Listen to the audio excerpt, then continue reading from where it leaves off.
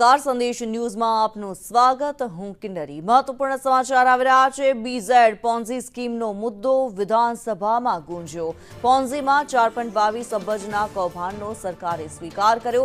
11,183 લોકો સાથે છેતરપિંડી થયાનો સરકારે સ્વીકાર કર્યો છે. કૌભાંડમાં 16 વ્યક્તિની ધરપકડનો સરકારે જવાબ આપ્યો છે.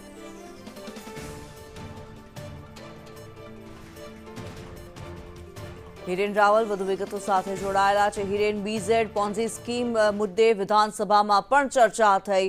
શું માહિતી? પ્રશ્નોત્તરીમાં આ મુદ્દો પૂછવામાં આવ્યો હતો. સરકારે આ અંગે લેખિતમાં જવાબ આપ્યો છે કે બીઝેડ પોન્ઝી સ્કીમ છે એની અંદર લગભગ 422 કરોડ 96,41,575 રૂપિયાનું કૌભાંડ થયું હોવાનો જવાબ આ ગૃહમાં લેખિતમાં આપવામાં આવ્યો છે.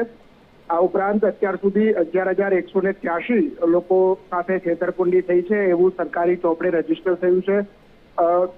ધારાસભ્ય જિગ્નેશ મેવાણીએ આ અંગેનો પ્રશ્ન પૂછ્યો હતો. 16 વ્યક્તિઓની ધરપકડ બીજેડ એટલે કે ભૂપેન્દ્ર ઝાલા સહિત કુલ 16 લોકોની ધરપકડ અત્યાર સુધી થઈ છે. સરકાર આમાં હજુ આગળ કામગીરી કરી રહી છે.